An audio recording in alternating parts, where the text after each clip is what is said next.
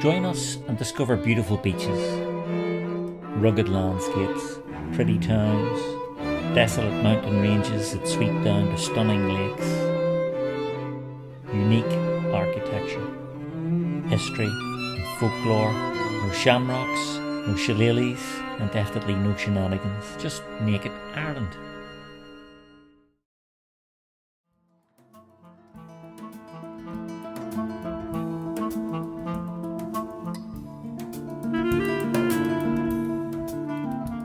This is the River Fergus, a tributary of the mighty River Shannon. It flows through the stunningly beautiful town of Ennis, which we're going to explore today. I warn you in advance, you're going to want to live here when you see how lovely this town is. I mean, look at this. How beautiful is this? Stay tuned because this town is amazing.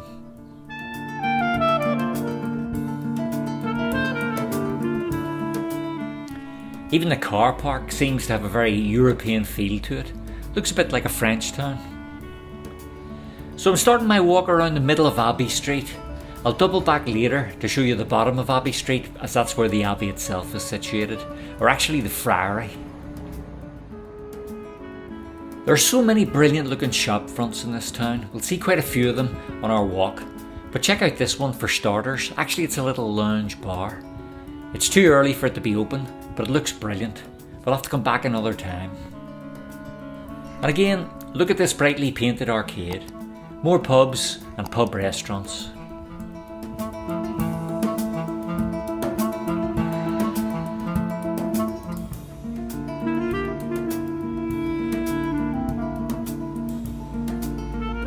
What I love about this place is its narrow streets. You can tell that it's a very old town.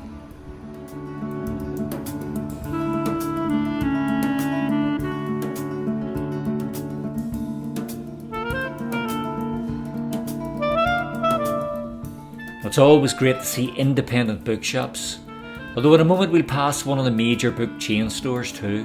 People obviously like to read in Ennis. Another amazing looking bar with its period façade. This one, the Dan O'Connell, is named after one of the town's most famous residents, indeed one of Ireland's most famous residents. Daniel O'Connell was a political leader in the first half of the 19th century. He's best known for securing the Catholic Emancipation in 1829, which essentially was the removal of many of the restrictions on Catholics in Ireland. It was in Ennis where he won his British parliamentary seat on 2 occasions. Dubbed the Liberator, he galvanised the support of Irish Catholics in a non-violent political movement. And we're on Bank Place now, and just heading back to the River Fergus again. Now if you're into fishing, this river is well known for trout and salmon. Again, a very beautiful view.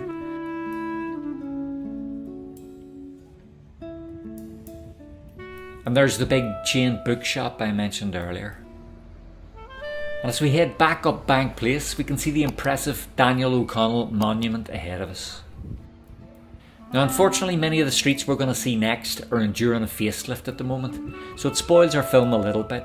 But I'm guessing all these roadworks, which are extensive, are being done now in winter, so as to be ready for your visit here on your holidays this summer, if you're lucky. Now this is an interesting sculpture up in O'Connell Square. It's by the sculptor Fiona O'Dwyer, and it's called Contentment is Wealth. That's such an Irish thing to say. But it's a little dwarfed by the O'Connell monument on the other side of the square. You can see the importance O'Connell has in Irish history by how he's remembered here in this town, not to mention the numerous O'Connell streets that are up and down the country. The inscription here tells us that on this spot in 1828 Daniel O'Connell was returned MP. Remember, for those viewing from outside Ireland, this is a long time before Irish independence, and so we're talking here about O'Connell being elected to the British Parliament. Incredible for an Irish Catholic. Before we try and make the best of the roadwork situation as we navigate our way up O'Connell Street, we can hear the pleasant strains of Besame Mucho from this accomplished accordionist.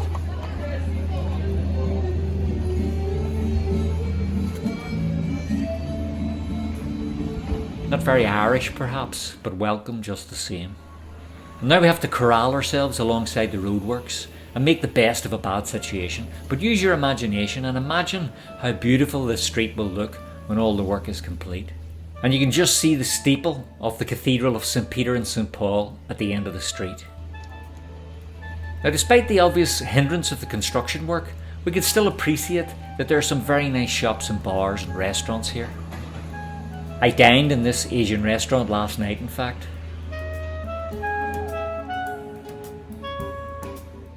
Ennis has for a long time been a thriving market and commercial town. This is because its history lies in its monastic origins. I'll tell you more about that later as we pass the Friary. So the town never had walls like Galway, for example, as it was a commercial centre and not a defensive location. Now this is interesting. This pub, Brogan's, has a plaque of Irish writer James Joyce on the wall outside. It reads, "This pub has been granted the James Joyce Pub Award for being an authentic Irish pub." Worth a visit perhaps, but not now because it's only breakfast time.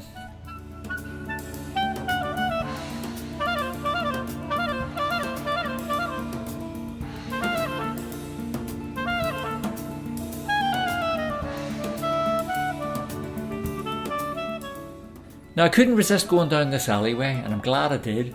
Sometimes you've got to get down the little unassuming side streets to find the real treasures.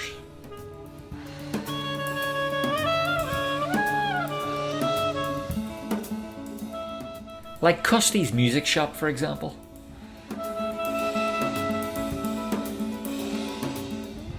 And this lovely little cafe and deli.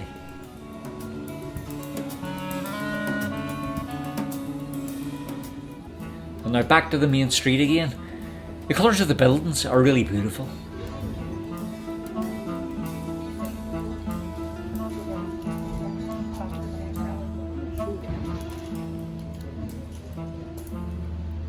And you can just hear the cathedral bells chime in the distance now.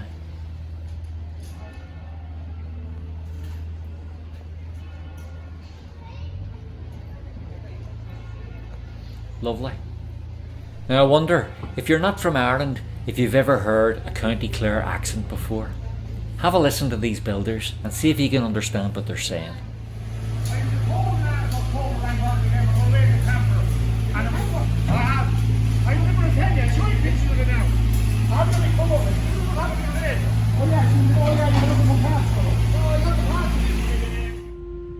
It's like another language. Anyway, if you think you understood what they're talking about, you can pop it in the comments below.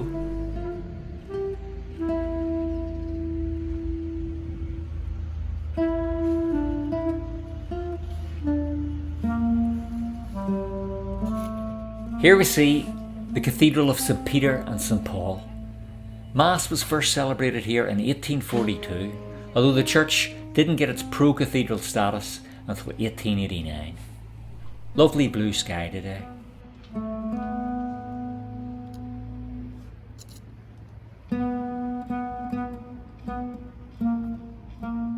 Ennis is the county town, and unsurprisingly it's the largest town in County Clare in the west of Ireland. It's therefore the 11th largest urban settlement in Ireland, with a population of 30,000 people. Historically, the town principally dealt in textiles and clothing, corn and flour milling, as well as brewing beer and the distillation of whiskey. Well, this is Ireland after all. The river would have been used to transport the merchandise. And there's the County Clare GAA home jersey. GAA obviously is an important part of life in the county and in the town.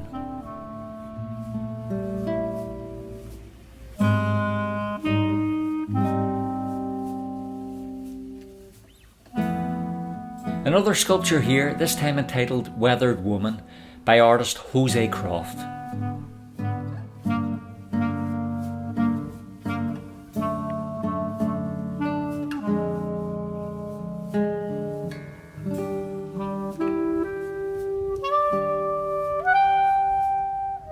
And again, a real continental feel about this part of town.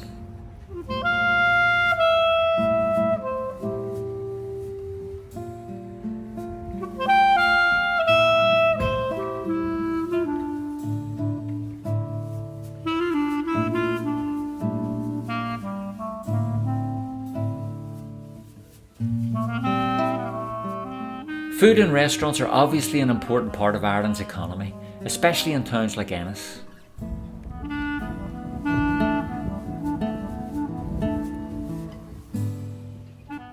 Now this may be a good time to offer the film a like if it's been interesting or informative, and please think about subscribing and hit the big bell icon to get an alert when I post a new film. Subscribing is so important to supporting the Naked Ireland channel, so I'd love it if you'd hit the red button. We're now making our way down to Marketplace, and again passing some lovely shop fronts as we go.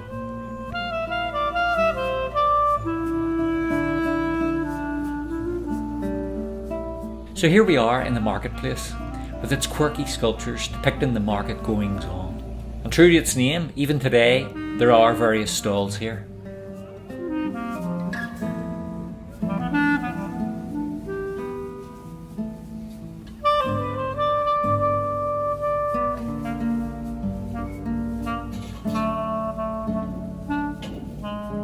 Not sure who these people are? Answers in the comments.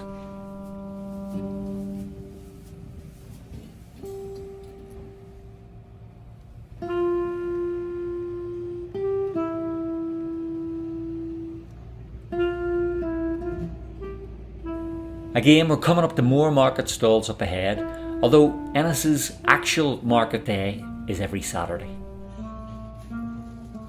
And it's a really lovely, sunny winter's day for it all.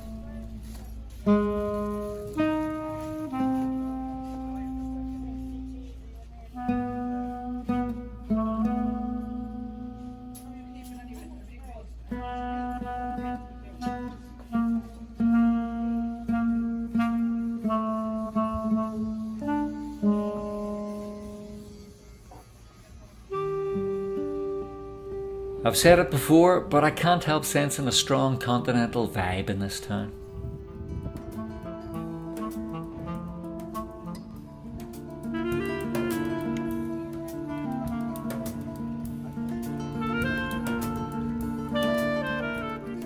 A Continental vibe, albeit with great Irish pubs. Now, talking of Irish pubs, I feel I should mention that you can now buy me a pint if you'd like to offer a bit of financial support for the channel. Every bit helps. You can find out how to do that in the description below. Any support is obviously appreciated.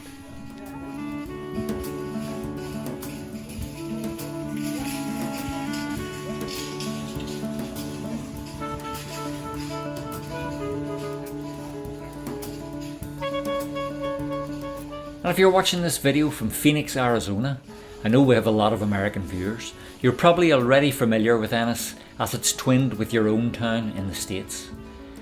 But if one twinning wasn't enough, Ennis is additionally twinned with St Paul de Fenouillet in the south of France, and the towns of Clare in both South Australia and Michigan, again in the US. If you're watching from any of these twin towns, let us know in the comments if your town is as beautiful as Ennis.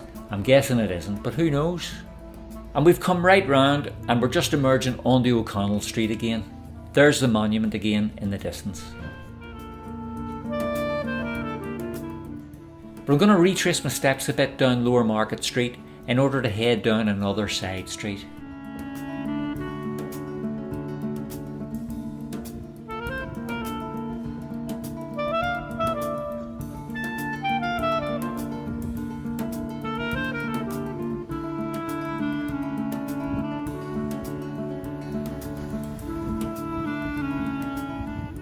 I don't even think this alleyway has a name, but again, it's these little hidden areas in a town that sometimes yield the biggest surprises. Again, some beautifully presented shops. And then I came across this arts and crafts centre.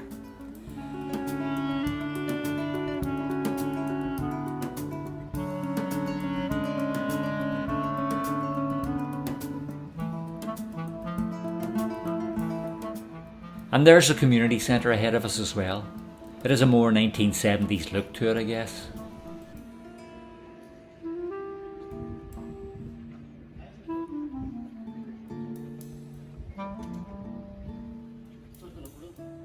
You often find the real traditional shops in hidden parts of a town. like this trophy shop. Now we're going to go left here and head down towards Parnell Street. Charles Stewart Parnell, another Irish patriot like Daniel O'Connell.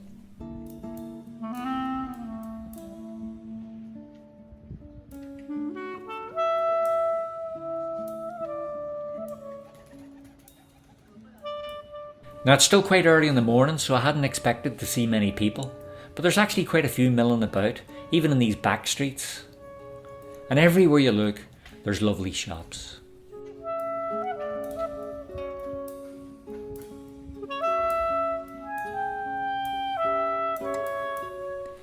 Now, like Westport, which I visited in another video, Ennis has been named Ireland's tidiest town on 2 occasions and has had the accolade of tidiest large urban centre on multiple occasions. And you can see in this video, I think, why it's been so successful. By the way, the origin of the town's name, Ennis, lies in its Irish equivalent, Innis, meaning island. And as the town is sandwiched between 2 courses of the River Fergus, that's why it was seen as an island. It isn't, of course, an island in reality.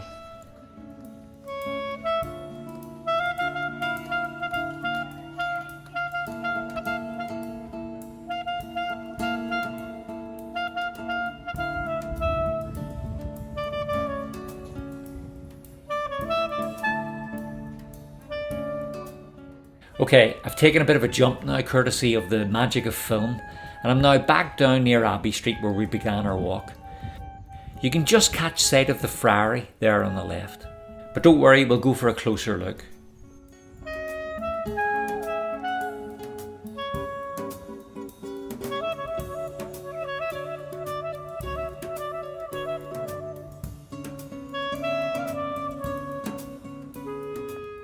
This is the Ennis Friary. It's a pretty important place historically, as you can imagine. The O'Brien clan, descendants of Brian Boru, built this. They left Limerick in the 12th century to settle where Ennis is now, where they built a fort on the banks of the river. Franciscan monks arrived here in 1240, and this friary expanded into an important religious centre until its official closure in 1540 as a result of the Reformation and the dissolution of the monasteries. Nevertheless, it survived that period, and it was in fact the last Catholic school of theology to survive the Reformation. But alas, it didn't survive the impact of the Williamite conflict and closed completely in 1690. In its heyday, in 1374, the friary had 600 students and 350 friars living here. So we'll take a final walk down to the river. But please do remember to do all the YouTubey stuff, give the video the thumbs up, hit the bell icon, and of course subscribe. And buying me a pint is obviously optional. And what a beautiful start to the day this has been. I hope you've enjoyed it, and if so, I'll no doubt see you in the next Naked Ireland video.